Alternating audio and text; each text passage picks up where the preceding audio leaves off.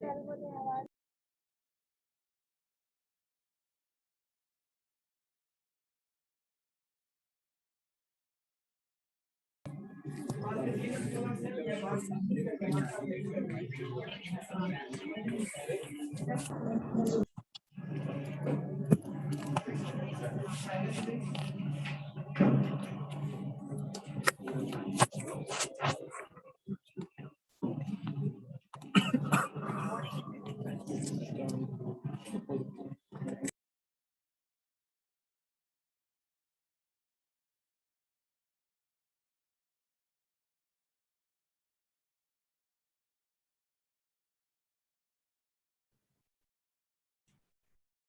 Afternoon everyone, am I audible? तो मेरी आवाज आ रही है ऑनलाइन स्टूडेंट्स? बच्चों मेरी आवाज आ रही है आप सबको? चलिए हैंड्स अप कीजिएगा यदि आप लोग का है ना। चलो सही है, वेरी गुड। तो today we will discuss block diagram of computer. Block diagram of computer, ठीक है बच्चों? Let me share the screen. What is block diagram? Tell me. Anyone? Yes, sir. What is block diagram? What is the meaning of block diagram? Anyone? इस circuit को जिस complex circuit को हम लोग नहीं दिखा पाते उसी को हम लोग सेक्शन वाइज ब्लॉक के फॉर्म में हम लोग कर सकते हैं। इसको ब्लॉक डायग्राम बेसिकली क्या होता है ना, जो कंप्यूटर सिस्टम होता है वो क्या है, बहुत ही कॉम्प्लेक्स सिस्टम है। क्या है? बहुत ही कॉम्प्लेक्स सिस्टम है ना। तो जब कॉम्प्लेक्स सिस्टम है तो हम उसे डिजाइन कर सकते हैं क्या ग्राफ पेपर पे? नहीं डिजाइन कर सकते। हम उसके क्लासिफिकेशंस को, उसके इंटरनल पार्ट को सॉल्व नहीं कर सकते, इसीलिए हम क्या यूज करते हैं? ब्लॉक डायग्राम यूज करते हैं। क्लियर है बच्चों? जिन्हें कुछ पूछना होगा वो हैंड्स रेस करेंगे, मैं अनम्यूट कर दूंगा। तो ये सारे बच्चे ज्वाइन है, तो कुछ बच्चे बिना मतलब के भी क्या कर देते हैं, अनम्यूट कर देते हैं, जिससे प्रॉब्लम क्रिएट होती है। ठीक है, तो बेसिकली कॉम्प्लेक्स प्रॉब्लम्स को, कॉम्प्लेक्सिटी को हम लोग हाइड करके हम बस रिप्रेजेंटेशन करते हैं। सिस्टम में हमारे ये कंपोनेंट्स होते हैं। अब जैसे क्या क्या होता है कंप्यूटर्स के अंदर? इनपुट डिवाइस होगा, आउटपुट डिवाइस होगा, प्रोसेसिंग डिवाइस होगा, और क्या होगा बच्चों? स्टोरेज डिवाइस होगा। ये कुछ कंपोनेंट्स हैं। क्या इसको हम डिजाइन कर सकते हैं? नहीं। तो उसको हम with the help of block, means square box के थ्रू हम क्या करते हैं, इसको स्क्वायर या फिर रेक्टेंगुलर बॉक्स के थ्रू क्या करते हैं, रिप्रेजेंट करते हैं। इसको हम कहते हैं block, means block diagram of computer. Clear है बच्चों? सो मैं स्क्रीन शेयर कर रहा हूं।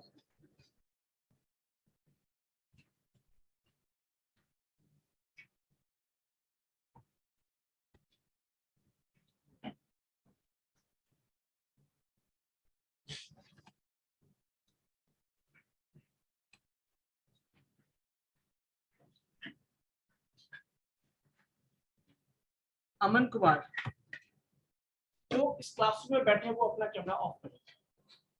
इस क्लासरूम में बैठे हैं, कैमरा ऑफ करें।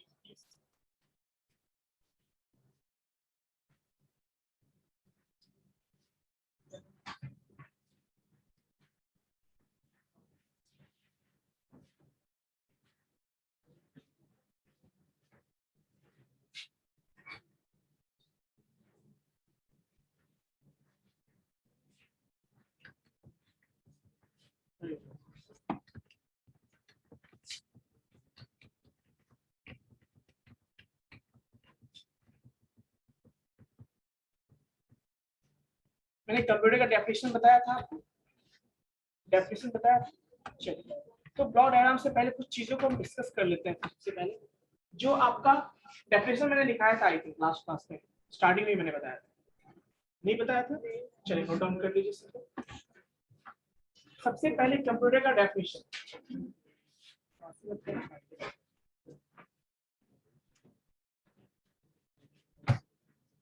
Definition, yes please.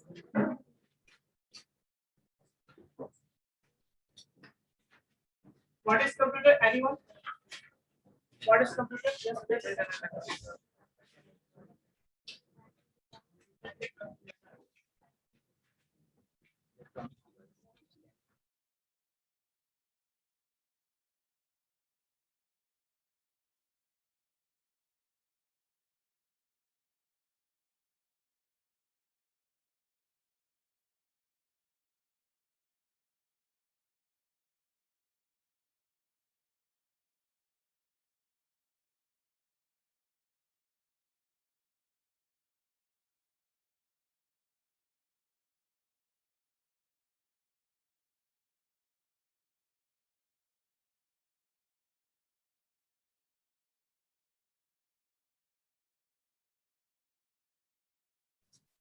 इस बताइए आप।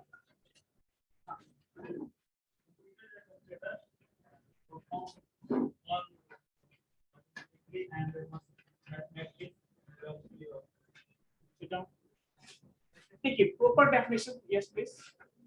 A computer is an electronic device which accepts data from us and after it process provide us a meaningful result. That's very good. Yes, please. A computer is an electronic or mechanical device through which we can store and retrieve our data. यानी जितने लोग हैं सारे लोगों ने मतलब definition बोला, सही बोला, लेकिन एक होता है ना कि परफेक्ट, जिसको कहते हैं, है ना, परफेक्ट डेफिनेशन होना चाहिए। तो basically now you can write computer is an electronic device. सारे बच्चे नोट डाउन करेंगे जितने ऑनलाइन हैं और ऑफलाइन हैं, सारे बच्चे। Computer is an electronic device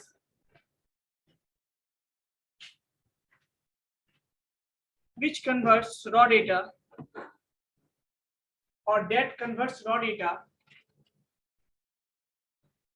Computer is an electronic device that converts raw data. Raw समझते हो? Raw data क्या होता है? I will explain it. Raw data into meaningful information,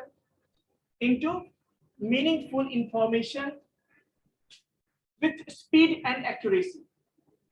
With speed and accuracy. With the speed and accuracy.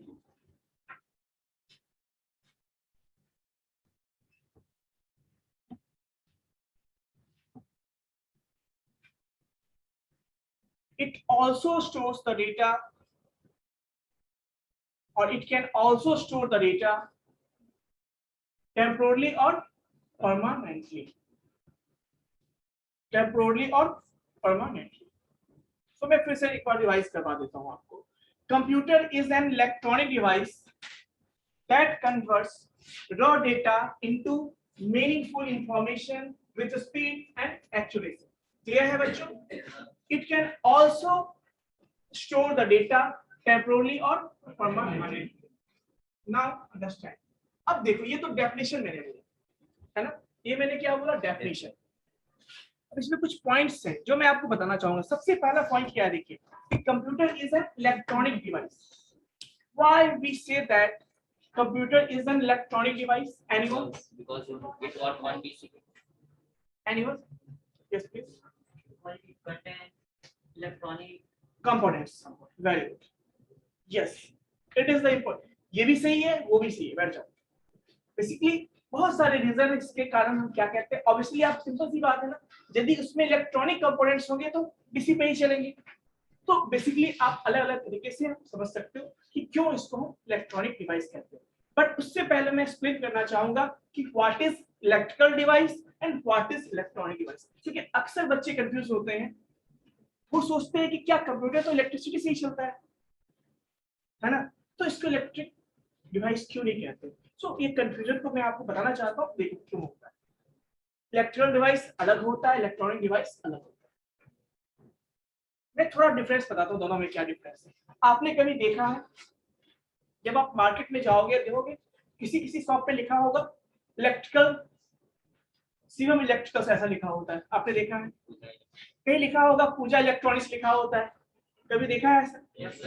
कहीं पे आप देखोगे है ना, जैसे सत्यम इलेक्ट्रिकल एंड इलेक्ट्रॉनिक्स भी लिखा होता है, ऐसा भी होता है। So what is the meaning of this line? Electrical का मतलब क्या होगा, इलेक्ट्रॉनिक का मतलब क्या होगा? अब आप देखोगे जब इलेक्ट्रॉनिक्स शॉप पे जाओगे तो वहां पे आपको टीवी मिलेगा, है ना, मोबाइल मिलेगा आपको, क्या मतलब वहां पे क्या मिलेगा आपको? इलेक्ट्रॉनिक डिवाइसेस मिलेंगे। रेडियो मिल सकता है आपको, मोबाइल मिल सकता है आपको, है ना, मतलब वैसे डिवाइसेस मिलेंगे जो बैटरी पे काम करते हैं, बेसिकली ऐसे कह सकते हो आप। लेकिन जब इलेक्ट्रिकल्स में जाओगे ना तो वहां पे डिवाइस क्या मिलेगा आपको? फैन मिलेंगे, एसी मिलेगा आपको, है ना। अब एसी में दोनों चीजें हैं, मैं बताऊंगा उसको, ठीक है। रेफ्रिजरेटर मिलेगा आपको, है ना, वॉशिंग मशीन मिलेगा आपको। तो ये सारे आपको कंपोनेंट्स मिलेंगे या नहीं मिलेंगे? तो कैसे डिफरेंशिएट करोगे? तो बेसिक चीजें देखो, आपने 10th में पढ़ा होगा, आपको बीसीए के स्टूडेंट हो, इवन बीसीए के स्टूडेंट तो आपने साइंस तो पढ़ा ही होगा, ऐसे ऐसे ये क्या होता है? चलो कोई बात नहीं, 10 तक पढ़े हो इतने से मतलब है। ये बताओ, आपने एसी और डीसी में तो अंतर डिफरेंस देखा होगा। एसी करंट पे कौन चलता है? इलेक्ट्रिकल डिवाइस चलता है। और डीसी पे कौन चलता है? इलेक्ट्रिकल। एसी की बात करते हैं, that is AC, electrical device works on high voltage. Electrical device works on high voltage, whereas electronic device works on low voltage. Low voltage इसका मतलब DC करंट होगा उसमें, और इसमें AC करंट होगा। तो उसी के बेस पे हम बात करते हैं, तो कैटेगराइज करते हैं इलेक्ट्रॉनिक एंड इलेक्ट्रिकल डिवाइसेस की बात करते हैं। अब देखो, ये जो कंप्यूटर हमारा होता है वो क्या है? Electronic device. केवल चलने से नहीं होता, उसमें कंपोनेंट्स कौन कौन से यूज करते हैं उस पर भी डिपेंड करता है। तो ये जो हमारा कंप्यूटर होता है उसमें डायोड यूज करते हैं, है ना, ट्रांजिस्टर यूज करते हैं, है ना? तो ये सारे हमारे पास क्या है? सारे सेमीकंडक्टर डिवाइसेस। क्या है ये? सारे सेमीकंडक्टर डिवाइसेस, है ना। तो सेमीकंडक्टर डिवाइसेस जो है वो लो वोल्टेज पे काम करते हैं, है ना। 5 वोल्ट आपने सुना होगा, 0 वोल्ट 5 वोल्ट ऐसे काम करता है। तो इसीलिए इसको क्या कहते हैं हम लोग, क्योंकि इसमें इलेक्ट्रॉनिक कंपोनेंट्स होते हैं, इसीलिए क्या बोलते हैं इसको? Electronic device. क्लियर है यहाँ पे? कोई डाउट बच्चों?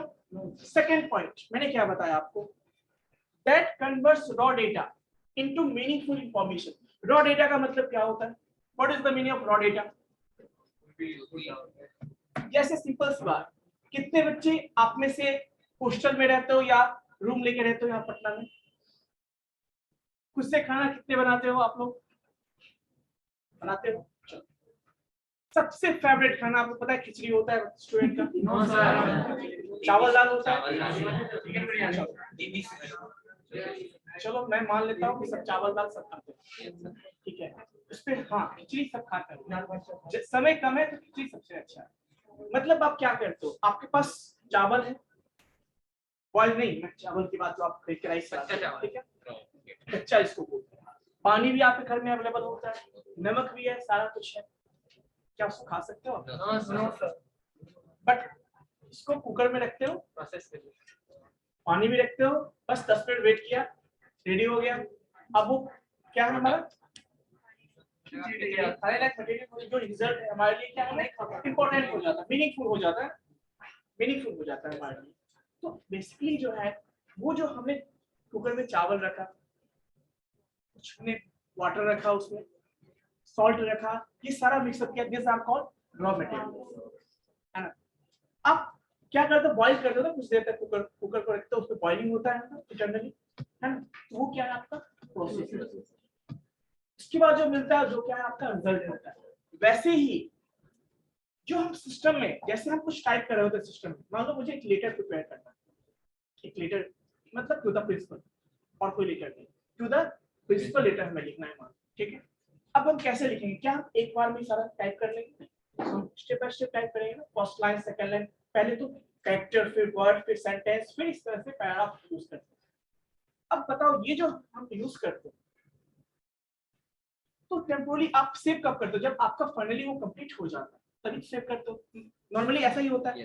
बट कुछ लोग जो इंटेलिजेंट होते हैं वो ऐसा करते हैं, बीच में सेव भी करते रहते हैं। बट नॉर्मली क्या होता है, आप टाइप करने के बाद ही सेव करते हो, तो आखिर वो जो डेटा आप टाइप करो वो कहीं ना कहीं स्टोर हो रहा होगा ना। वो कहाँ पे स्टोर होता है? वो आपके मेन मेमोरी में स्टोर होता है, टेम्पोरली स्टोर होता है। यदि आप टाइप कर रहे हो तो फॉलो सिस्टम शट डाउन हो गया, फिर वो मिलता है क्या? उसका भी एग्जांपल है, उसमें भी एक्सेप्शन में बताऊंगा, ठीक है। क्या मिलता है, क्या आपको नहीं मिलता है, क्योंकि वो आपके टेम्पोररी मेमोरी में स्टोर हो रहा था। लेकिन यदि आपने सेव कर दिया, फाइनली ऑन करोगे तो आपको मिलेगा ना फिर से, क्योंकि वो परमानेंट मेमोरी। तो बेसिकली सिस्टम कैन स्टोर, और सबसे पहला तो मैंने क्या बोला, that converts raw data into meaningful information, है ना, मीनिंगफुल इंफॉर्मेशन। तो कहने का मतलब जो आप इनपुट करते हो वो सारा क्या होता है, रॉ डेटा होता है।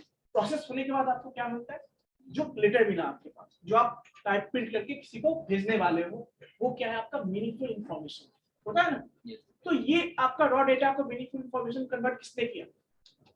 कंप्यूटर ने किया। जिस तरह से आपने खिचड़ी बनाया, सिंपल सा बात। तो यही क्या है इसमें, ये सिस्टम ही जो है कंप्यूटर क्या करता है, आपके रॉ डेटा को मीनिंगफुल इंफॉर्मेशन में कन्वर्ट करता है। It can also store the data temporarily और परमानेंटली। मैंने ये भी बता दिया आपको कि हम उसमें टेम्पोरली भी स्टोर कर सकते हैं और परमानेंटली भी स्टोर कर सकते हैं। क्लियर है बच्चों, कोई डाउट? ये सिंपल डेफिनेशन है। और अक्सर बच्चे क्या करते हैं, गलतियां कहाँ पे करते हैं, देखो जब उनसे पूछा जाता है व्हाट इज कंप्यूटर, तो बस इतना ही बोलते हैं, computer is an electronic device. क्या बोलते हैं? Computer is an electronic device. क्या ये सही है? कंप्यूटर इलेक्ट्रॉनिक डिवाइस है, लेकिन मोबाइल भी तो है, फिर तो सारे आ जाएंगे, कुछ तो स्पेशल प्रॉपर्टी देना होगा हमें। और बेसिकली आप कंफ्यूजन आपके दिमाग में ये आ रहा हो क्वेश्चन, सर मेरा ये काम तो मोबाइल भी तो कर सकता है। तो मोबाइल मतलब कौन सा कर सकता है? स्मार्टफोन कर सकता है। तो स्मार्टफोन भी आजकल उसको सिस्टम कंप्यूटर के कैटेगरी में ही मानते हैं, क्योंकि वो स्मार्ट है। स्मार्ट मतलब ये नहीं कि उसको दो सिंग लगे होते हैं। स्मार्ट मतलब ये हुआ कि जो भी सिस्टम परफॉर्म कर सकता है वो काम आपका मोबाइल भी परफॉर्म कर सकता है, इसीलिए उसको स्मार्टफोन कहते हैं। कोई दिक्कत? तो जब भी मैं कंप्यूटर सिस्टम की बात करूंगा, है ना, तो it means that we are talking about computer, laptop as well as smartphone also. Clear है बच्चों? कोई डाउट किसी को? So now come to the next point, that is called, just one.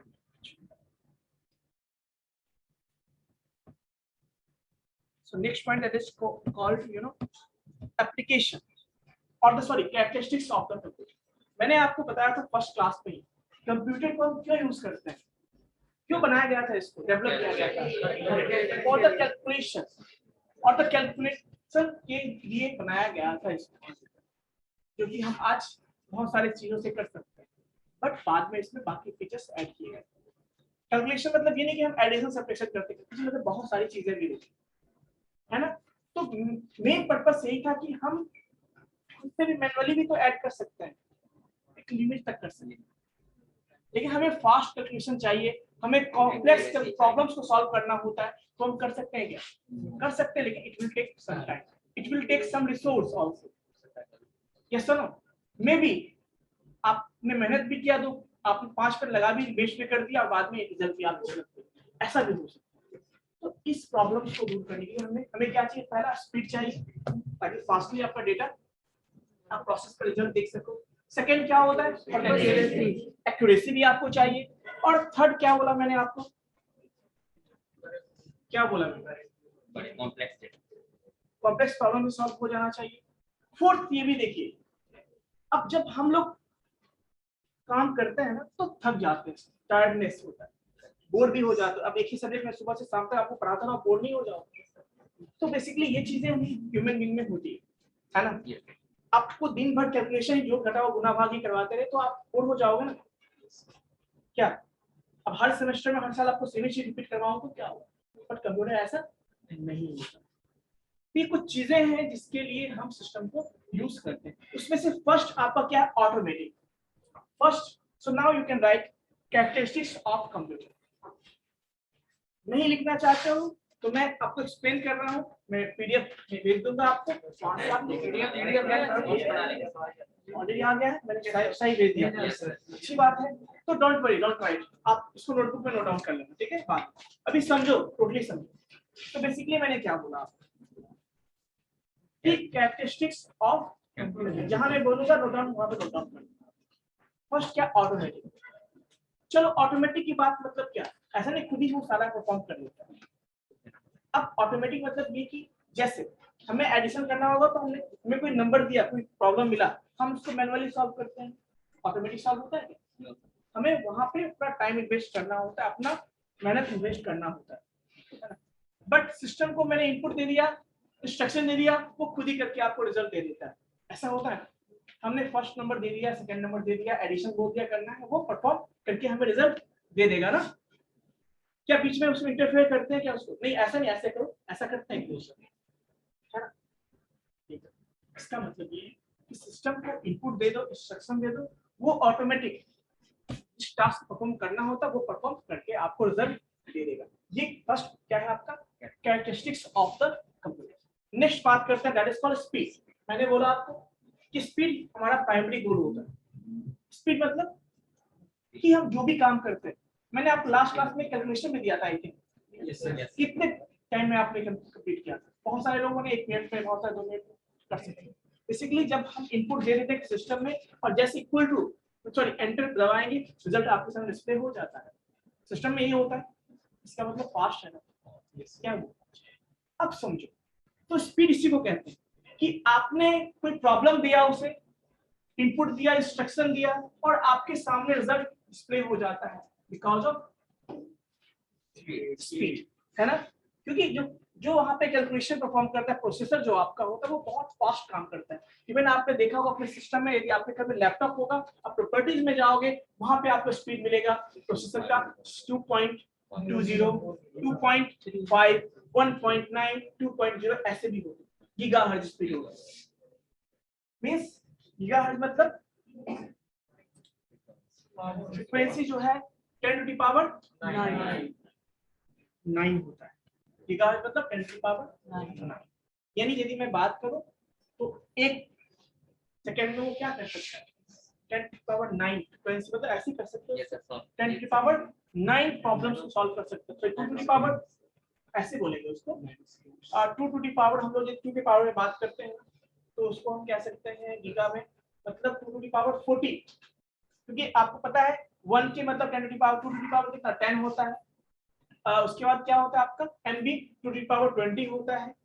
हम चलेंगे GB पे 30 होता है और TB पे क्या होता है, तो GB 30, हाँ 2 रेज़ टू पावर 30 कर सकते हो, क्योंकि कंप्यूटर साइंस से यहाँ पे 2 रेज़ टू पावर के फॉर्म में हम बात करते हैं।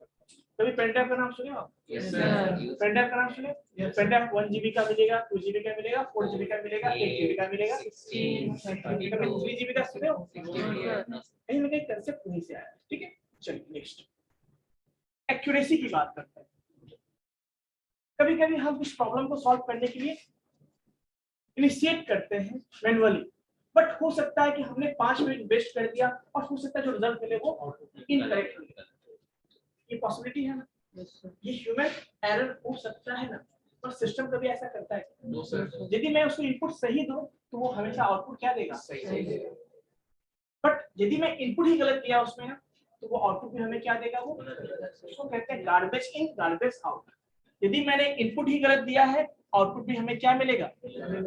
इसको कहते हैं गार्बेज इन गार्बेज आउट। समझ में आया बच्चों? करेक्ट इन करेक्ट आउट क्या होता है? Correct in correct out. कोई दिक्कत?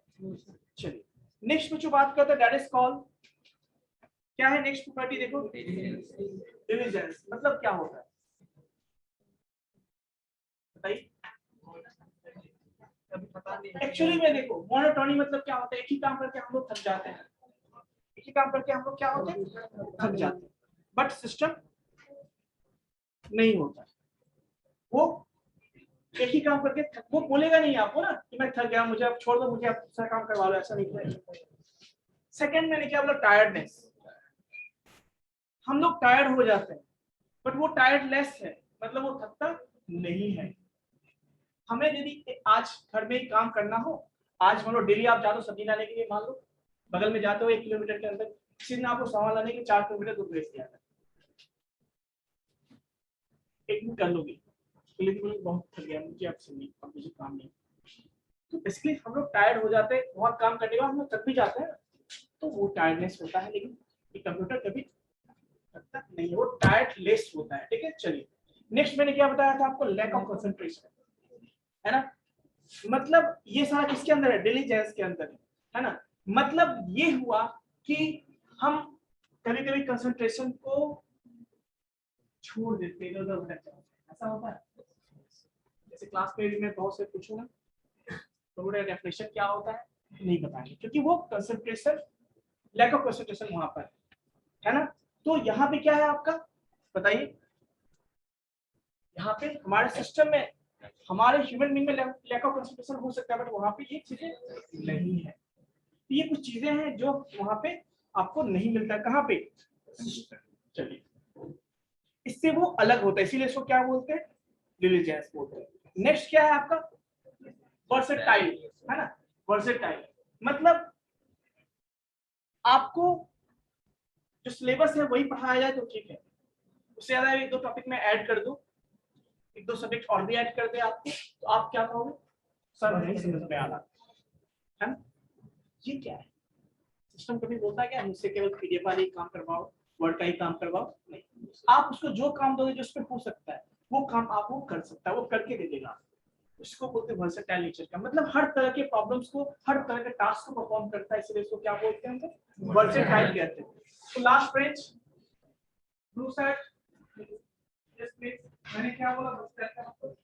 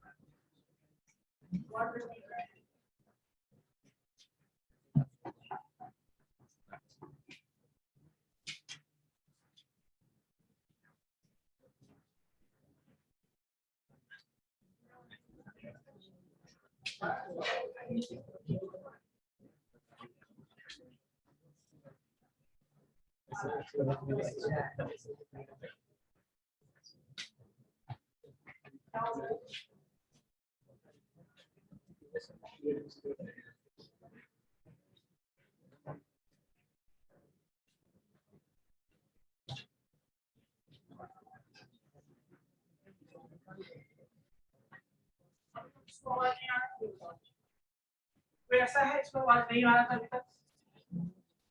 कोई ऐसा है?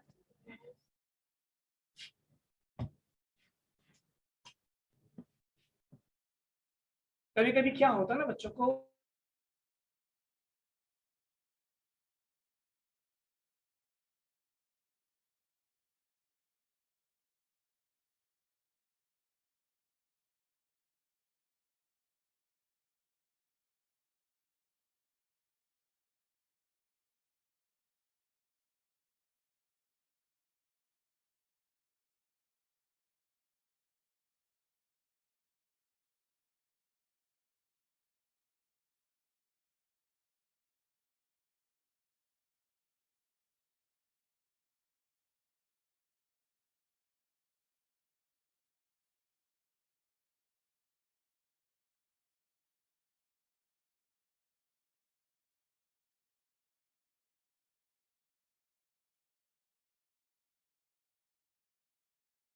रोल नंबर 52,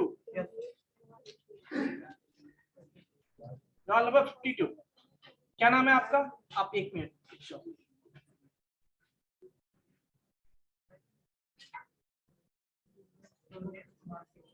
एक मिनट रुक जाओ तुम लोग। Yes, Durgesh Kumar, now you can unmute yourself. Durgesh, Durgesh, now you can unmute yourself.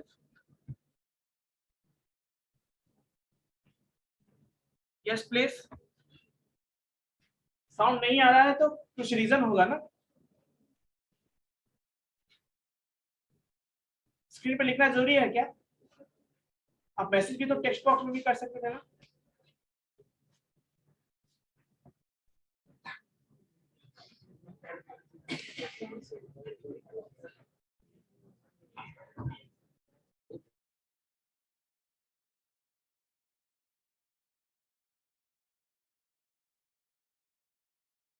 एक मिनट, यदि आपके पास मान लो ऐसे बच्चे जो है ना वो पुलिस में कभी नहीं मिलते, क्योंकि पुलिस बन जाएंगे ऐसे बच्चे, हथियार दे दिया तो चला ही देंगे, है ना। दुर्गेश जैसे जो बच्चे होते हैं उनको बंदूक दे दो, वो पुलिस में भर्ती होंगे तो बंदूक किसी पे काम देंगे। तो पुलिस बनने के लिए कोई आर्मी में, नेवी में जाने के लिए ये इतनी जरूरी नहीं होती है। ऐसे बच्चे सॉफ्टवेयर बनाते हैं तो सॉफ्टवेयर में कुछ मतलब छोड़ देंगे ताकि किसी का डाटा हैक हो, सॉफ्टवेयर बनाएंगे, ठीक है ना। ऐसे भी बच्चे होते हैं, ठीक है बच्चों। तो बेसिकली मैं क्या बात कर रहा था, मैं बात कर रहा था वर्सेटाइल नेचर का, समझ में आया? मतलब ये हर तरह के टास्क को परफॉर्म कर सकता है, क्लियर है बच्चों। Next is what, power of remembering. Next is what, power of remembering, मतलब इसके पास स्टोरेज होता है। क्या होता है? स्टोरेज। स्टोरेज का मतलब ये हुआ कि ये टेम्पोरली भी स्टोर कर सकता है और परमानेंटली भी स्टोर कर सकता है, जिस तरह से ह्यूमन। कभी आप एबीसीडी बोलते हो क्या? नहीं बोलते हो। क्यों नहीं बोलते हो? क्योंकि आपने बहुत बार प्रैक्टिस की है।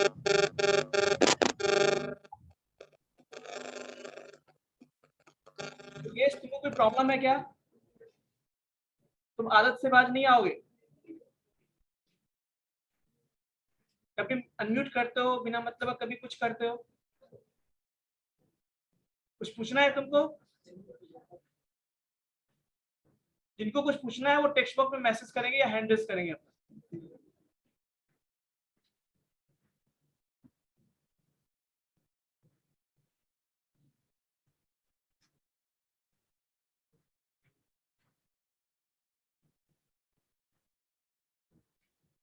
तो बेसिकली मैंने क्या बोला आपको कि पावर ऑफ रिमेम्बरिंग जो हमने बचपन में सीखा है एबीसीडी वो कभी भूलते हैं? नहीं भूलते, क्योंकि हमारे पास पावर ऑफ रिमेम्बरिंग है। सिमिलरली सिस्टम में जब हम कुछ स्टोर कर देते हैं, परमानेंटली सेव कर देते हैं, तो उसको बाद में भी एक्सेस कर सकते हैं।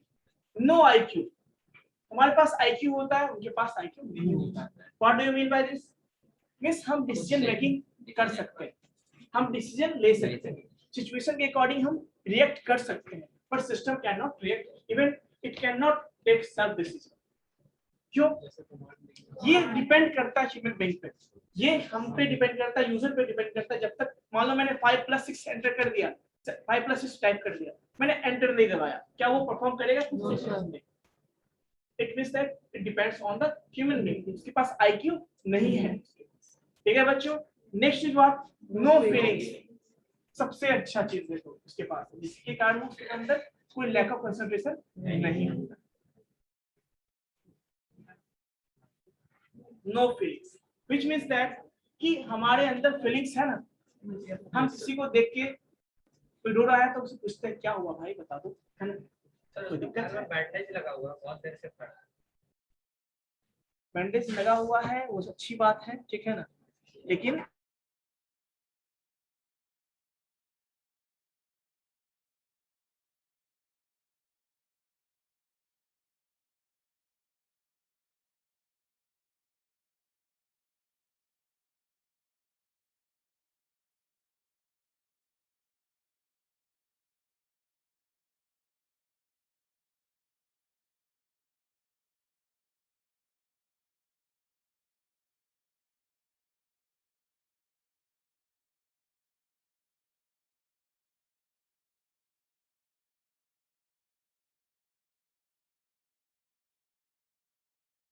सो बेसिकली मैंने क्या बोला आपको बच्चों?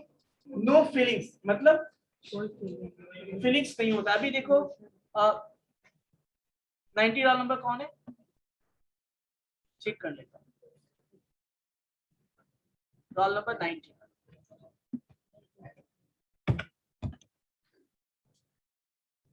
मुस्कान, क्या है? मुस्कान द्विवेदी। ये कौन है? बाबू कुछ लिखिए मत स्क्रीन पे, ठीक है ना? स्क्रीन पे कुछ नहीं लिखना है आपको।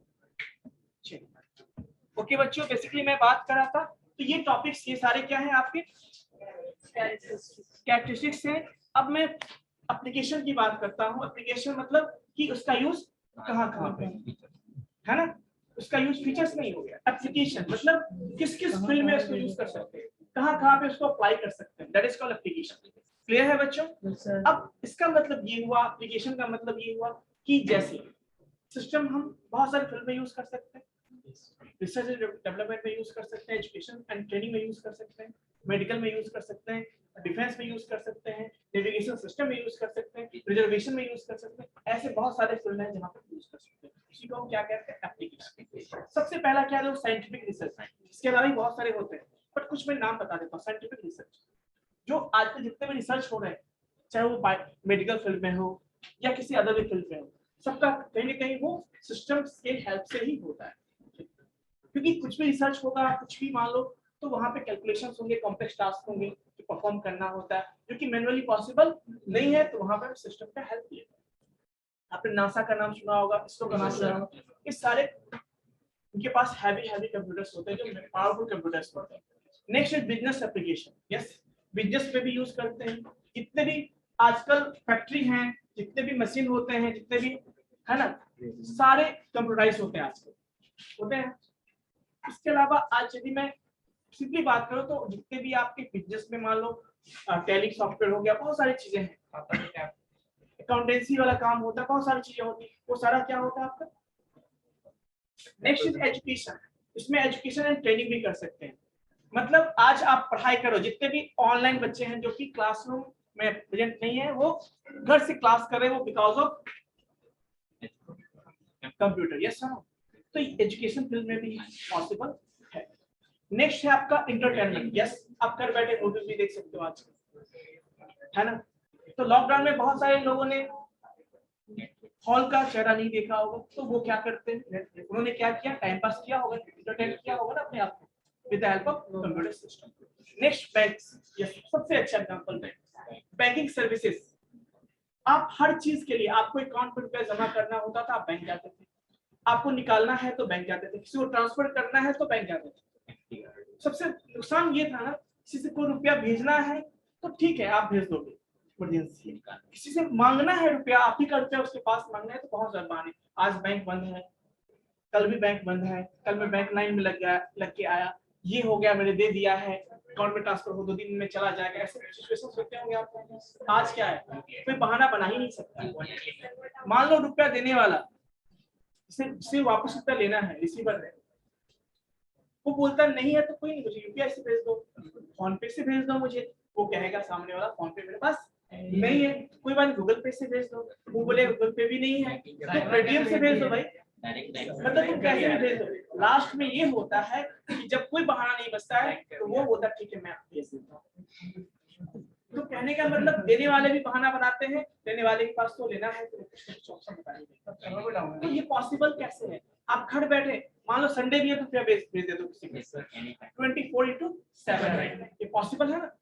नेक्स्ट देखो बच्चों, that is called communication. Email करते हैं, टेक्स्ट मैसेज करते हैं, व्हाट्सएप, फेसबुक, ये सारी चीजें आप यूज कर पा रहे हो because of computer. Next is what, engineering case में, मतलब आजकल इंजीनियरिंग के हर एक फील्ड में आप देखते हो उसका यूज। जैसे इंजीनियरिंग में बात करो, सॉफ्टवेयर इंजीनियरिंग की बात करता हूँ, यूज है ना, जितने भी एप्लीकेशंस बनते हैं, जितने भी सॉफ्टवेयर बनते हैं बिकॉज ऑफ।